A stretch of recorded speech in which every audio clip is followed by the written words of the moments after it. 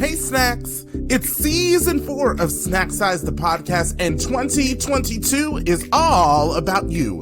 And guess what? You are fabulous. It's time to open doors and embrace new opportunities. And your dreams can and will come true if you just take the time to pursue them. So this season is a cheers to you finding your fabulous life. Our time together starts now. Hey Snacks! Welcome to season 4 of Snack Size, and I am so excited to continue our journey to a happy, fulfilled, and fabulous life together. And today we have my sexiest guest ever. He is the star of Color Confessions on Here TV. Actor and model DeAngelo Jackson is here. And he's going to talk to us a little bit about his life and experience as an adult film actor and his journey into breaking into mainstream acting. But even before landing his role in Color Confessions, DeAngelo was actually the first Black man to win a GAYVN Best Actor Award, which is the adult film industry's equivalent to the Oscars. I think that is so awesome, and I cannot wait to talk to him about it. So let's give him a call. Hey, DeAngelo, welcome to Snack Size. Hey, thank you for having me. Thank you so much for being on here and being my first guest of season 4. I've been watching your TV show on Here TV, Color Confessions, and I absolutely love it. And I know all about you, but I want my guests to hear from you about you. So tell me a little bit about your life. Well, my name is DeAngelo Jackson. I've been in the business for 13 years now. Seems like forever now. I'm trying to get into the mainstream acting world. It's been an interesting 2 years, but things are going pretty well. I'm just, excited to start a new chapter in my career. So tell us a bit about Color Confessions and how you got involved in the project. Well, Color Confessions is based off of Dwight O'Neal's book. It's loosely based, I should say. It's more of a horror aspect put into it because Here TV wanted it to coincide with Halloween, in October being released. It was interesting. I had to audition for it, so I sent them, audition tape. It was really interesting, really fun to really try something new. As a pastor, I played the character of Quentin, and it's really, really interesting. It was really fun working with seasoned actors, because for me this was totally, totally new and very nerve-wracking, but it was fun to feed off the energy, these seasoned actors, and it was, took about 2 weeks. It was like really, really quick, but it was really, really fun just to be on set doing something new and, not performing a sex scene for the first time.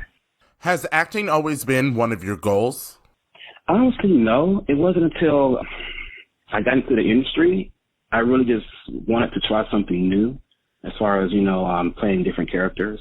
I never really grew up wanting to be an actor. I think I got kind of bit by the bug the longer I stayed inside of the adult industry. What were your career goals as you were growing up? Honestly, I wanted to be a police officer. I went to Florida State University, majored in criminal justice, and I saw myself as being, a police officer. And I really thought my brother was a cop. So it was like one of those things of not following in his footsteps, because he didn't want to be a cop, something I always aspired to be was a cop. It wasn't until, Black Lives Matter movement kind of opened my eyes about what was going on, and also seeing what he was going through being a Black police officer. I just didn't really see myself wanting to put up with any of that or going down that route. And I think I was having just more success and more fun being in that, in the industry, free travel and just meeting great people all the time and just having fun on set. And so I really wanted to be as successful as I was as a porn model. One thing I'm hearing is something we talk about on this podcast a lot, and is that dreams can change. So it sounds like you wanted to be a police officer, and then you got into adult acting and now into TV acting. So tell us about the moment that you made the decision that you wanted to transition from a police officer to an actor. As I was going to college, I applied to several companies in the porn industry. It still wasn't something I saw myself doing for too long. It was just quick and easy money. But as I grew older, and like I said, I saw what my brother was going through. I saw the climate, in America as far as cops. And the passion that I grew up with, wanting to be a police officer, making a change, it just really just fizzled out. And so as far as my goals, I just really wanted to take that and focus it somewhere else. And I think, you know, you can still make a change. I've wanted to always make a change within the industry to have anybody, especially anyone that's, you know, men of color, to have an easier route than I had when I first got into it, you know, as far as treatment and pay gaps and all that stuff. And so for me, I've become an advocate, so to speak, of trying to better off the industry mostly for just men of color. I have a few friends in adult entertainment, and I know that it's very hard work, and I'm sure, just as in any industry, as an individual of color, you probably deal with a lot of BS. Can you talk about some of your experiences that have led you to be the advocate that you are today? Well, you know, when I first got into it, this was like 2008, I believe, late 2008, early 2009. And, you know, the whole narrative, the stereotypes of black thugs, any kind of, you know, role or kind of scene, you know, I was doing or any of my co-stars are doing, it was always based off of a stereotype of African-American males. The more I did it, the more guilt I felt, you know, playing into that. Because for me being an Army brat, you know, I'm from all over. So one thing I'm not is a thug. And there's nothing wrong with being a thug. If that's who you are, if that's your truth, go for it. But I think, you know, we are so much more than just one kind of, you know, stereotype or, you know, one kind of people. And I really wanted to cross over. I really wanted to have my catalog of work be very diverse because that's who I am as a person. And so I wanted to showcase black men in a positive light and not, you know, in a very negative, stereotypical way. I imagine that the porn industry is similar to the drag industry and that when you're first starting out, you're just trying to get your name out there, so you'll take anything. But do you remember a point in your career where you decided that you no longer wanted to play the roles that you were given and started having conversations about the roles you wanted? And how were those conversations received? Yeah, I remember I was doing a photo shoot, and one of the outfits they wanted me to wear was like a jumpsuit, like a prison jumpsuit. And looking back, you know, at the pictures, I'm like, this is it for me. You know, it was like one of those moments where, you know, the straw broke the camel's back. I was like, I cannot play into this trope of, you know, a black man being seen in a prison jumpsuit. It was just so blatant. Just like, you know what, now's the time to advocate for myself so later I can advocate for others. It was one of those moments where the company responsible for it, you know, we had to sit down and talk. And eventually I was able to be released. It was just time to move on and time to cross over and to go to a company that would present men of color in a positive light as far as, you know, how it's set up, as far as the locations, as far as the quality of work. And I think that, you know, we've slowly made a change with, you know, in the past 5 years of showcasing black men in all kinds of roles. You know, we don't have to be the plumber that shows up, you know, to someone's house. We need to be the owner, and someone else is the plumber showing up and playing that part, you know, or I'm playing a movie star, someone else is there to audition. You know, I want to own a home. I don't want to feed into a narrative, and so we're always to help. So that's what I've been trying to do for the past several years now. So let me ask you, what are you most proud of in terms of progress you've seen in the industry, and where would you like to see the industry go? I'm most proud of at the GAYVN when not even realizing until I was actually there that no gay men of color had ever won Best Actor category. And I believe the GAYVN said up until that point was going on for like 20 years now. I don't know, I should have been shocked about it, but I was. And so for me, I didn't think I stood a chance, you know, given who was also nominated. And so once my name was called, I really wanted to take that moment to showcase, and to the table that I was sitting at was men of color. And I really wanted to showcase them and say, this is not just for me. This is bigger than me. This is for all of us. This is a step forward. This is, you know, having the door be cracked open a little bit. And for me, now that I have a bit of a larger platform, I want to use that platform to advocate for groups who are marginalized, like the trans community, especially the trans community of color. That was one of the issues that I had, but, you know, and still do a little bit with the Black Lives Matter movement, is that there's not enough attention focused on our trans girls of color. and they're getting murdered. It seems to me it's only black male lives matter as far as I'm concerned, because the issues aren't really being spotlight on our trans community, especially our POCs. So any way that I can advocate and use my platform to voice issues and to make, to try to have a conversation and dialogue so we can make some changes, I do. I'm so glad that you brought that up. I do have a lot of these conversations in my personal life, but I've not yet brought it up on the podcast. There is a unique experience in being a person of color. There is a separate unique experience by identifying as queer. Then in this situation, as we're talking about, there is another separate and unique experience by being trans. And I say experience because not everything is bad or negative. And I personally think that black trans people are some of the most beautiful, intelligent, and innovative people we have in the world today. But we also know that everybody's experience comes with its own struggle. And some people, for example, you and I, are experiencing 2 or more of those struggles from these unique experiences. And that is what makes advocacy so important. And I think it's great that you're doing that. Do you feel that people of color in the entertainment industry have a long way to go in terms of equality and fair treatment? Absolutely. I mean, our society mirrors everything. So it's the largest, it's a bigger question in that, because, porn is really just a mirror of this country. In this country, we deal with a lot of racial issues. So it's going to always seep into every sector of entertainment. And for me, I've always tried to keep politics out of porn, because for me, I think it's entertainment, and you don't come there to watch porn to be reminded of what's going on outside of you. Just come there, get your rocks off, and go on about your day. So I try not to mix in the two, and try to really, it's become harder, to be honest, especially, since last summer, the resurgence of Black Lives Matter. It's hard to really sit on the sideline and not say anything. You have to say something, or you are part of the problem. We have a long way to go. We do have a long way to go, but it's getting better step by step. Sometimes we take steps backwards, but I think for the most part, we're making headway. So you are the first black male to win Best Actor at the GAYVNs. Is the GAYVNs an award ceremony for the entire adult entertainment industry? Just for the gay side of things. So it's like the Oscars of the awards for as far as the gay community, as far as the gay. Awesome. Do they have other award shows? Yes, we have the AVNs, which is catered towards the straight population, and then GAYVNs, and then we have the Grabbies.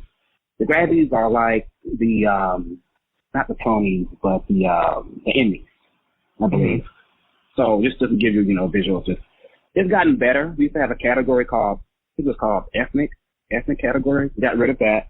That was a step forward. Oh, wow. To be separated like that, it's like one of those things. Some people advocate for it, like, if you don't have that category, then there's no way that you're going to go up against someone who's white. So, but we got rid of it, and things have gotten better. And to have that recognition for all of us, regardless of the color, is amazing. To be recognized and seen by your peers is amazing. Now, it's not going to, garner you any higher pay, unfortunately, but you still have that recognition, which is nice, because it's hard work, what we do. And there's nothing sexy about making porn at all. Would higher pay be something you want to see improve? Would that be the next step? Well, with OnlyFans and Just for Fans, it's become, studios now aren't really hiring exclusives anymore. It's a battle between the fan work and the studios.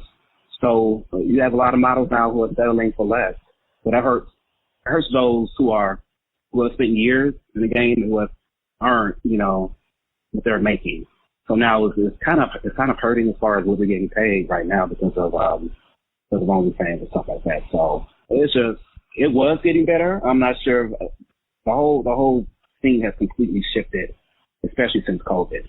Everyone is slowly coming back to work, but some of us are not really making as much as we once were, or we aren't being signed to exclusive contracts anymore.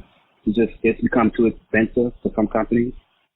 So it's become a bit of a dicey situation within the industry right now. You are signed to a studio, is that right? Yeah. And talking about like a studio versus OnlyFans, what would you say the pros and cons are of each? Well, I would say one of my only cons is now you have some guys making a couple of videos that call themselves porn stars. It's offensive. it's kind of like a slap to the face. Like, really? Like, I mean, it takes so much work and dedication and a lot. I would think to have that stamp of you being like a bona fide porn star that people know, as opposed to, being an OnlyFans, not, throwing any shade on it, but I think that anyone that's in the industry, we have to do both. I think it's, as far as one equality, being, going with the studio. And I think for OnlyFans, it's more of that behind the scenes type, more intimate type thing that fans love. So I think you could do both. I think, studios and OnlyFans can coexist. We just got to figure it out. And there needs to be more respect put on, the name of a porn star nowadays. But it's all good, We're all making our money. We're all trying to hustle and do the best we can right now. I know that when it comes to drag, now that there's Drag Race and drag is a little bit more mainstream, anybody who steps in a wig and heels thinks that they can be a professional drag queen. And I mean, that's just not how it works, right? Nothing great happens overnight. So I definitely understand where you're coming from. In terms of your own career, when you think about people that want to be successful, maybe not necessarily as an adult film star, but just at whatever they may want to do, what would your top 2 pieces of advice be for people who want to follow their dreams? I would say, do the research, anything you want to do. For me, obviously, I have more experience in being in the adult industry. I know how mentally and physically harmful and hard it can be as far as that goes. But I think if you have a passion for it, if you have a passion for anything, go for it. Just do your research and don't ever get discouraged if things don't, happen overnight. Just stay focused and just really surround yourself also with good people. Surround yourself with people who are a little bit more successful than you are right now. So you have, some way of getting advice and something to aspire to as well. Don't surround yourself with people who are very stagnant, who aren't going anywhere. I don't care if they are your best friends. Sometimes a friend is just for a season. It's not for a lifetime. So you have to really, the older you get, you really have to buckle down and focus on what you really want to do and just stay focused. That's great advice. So we've talked about where you've been. Tell us a little bit about what's next for you and where you want to go. I want to get more roles. I want to sort of stretch my acting chops, so to speak, and be challenged more. So my next chapter, I want a new challenge. I want to try something different. Me being a Gemini, I get bored really easily, so I'm ready to, right. I'm ready to try something new. I'm ready to, and I want to take my fan base with me on this new journey, this new chapter of my life. So that's my plan, my 2-year goal. That's awesome. Here at Snack Size, we love new journeys, we love new challenges, and I have a feeling everything is going to work out just great for you. For my fans who want to follow you on your new journey, let us know where we can find you on social media. My IG is the1 DeAngelo Jackson, and my Twitter, which is more risque, is DeAngelo JXXX. OnlyFans is DeAngelo Jackson. And I also have a toy line out with Flesh Jack. So I'm one of the newest Flesh Jack boys. Oh my goodness, you have your own toy line. What was the process like of creating your own toy line? Well, normally the process pre-COVID was they would fly you in and do a 3D. They would have this machine that would take a 3D image. But my process was a little different because of COVID precautions. I had to really take extremely detailed pictures and measurements of myself. So I had my partner help me do that. And that was interesting. I mean, but it's funny because they send me, I was sending the pictures and the measurements. They were sending samples back. They would mail me samples back.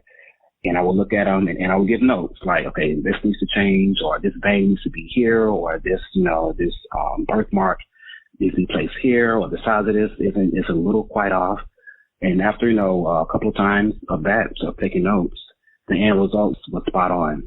and I was completely impressed. They flew me out to the actual headquarters, and I had the opportunity to go back behind the scenes and to see all the other models. And I was like, oh my God, I felt so honored to be about the caliber of these other porn stars are just amazing. And these females, I'm like, man, this is incredible. This is really incredible. I just felt really honored to finally have, my own toy line. So after that, I was like, okay, I can retire now. I'm done.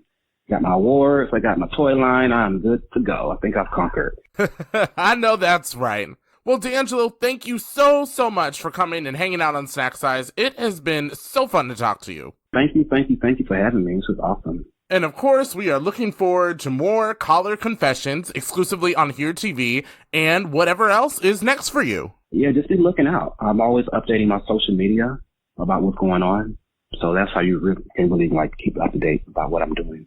All right, Snacks, thank you for hanging out with me and DeAngelo here on Snack Size. And until next time, be kind, be yourself, and of course, go be fabulous. Hey, Snack, I hope you enjoyed this episode. Now, I know you don't want to miss out on the party, so head on over to www.snacksizepodcast.com and sign up for email alerts about new episodes and very special announcements from me. Until next time, step out into the world and let them know that you are fabulous.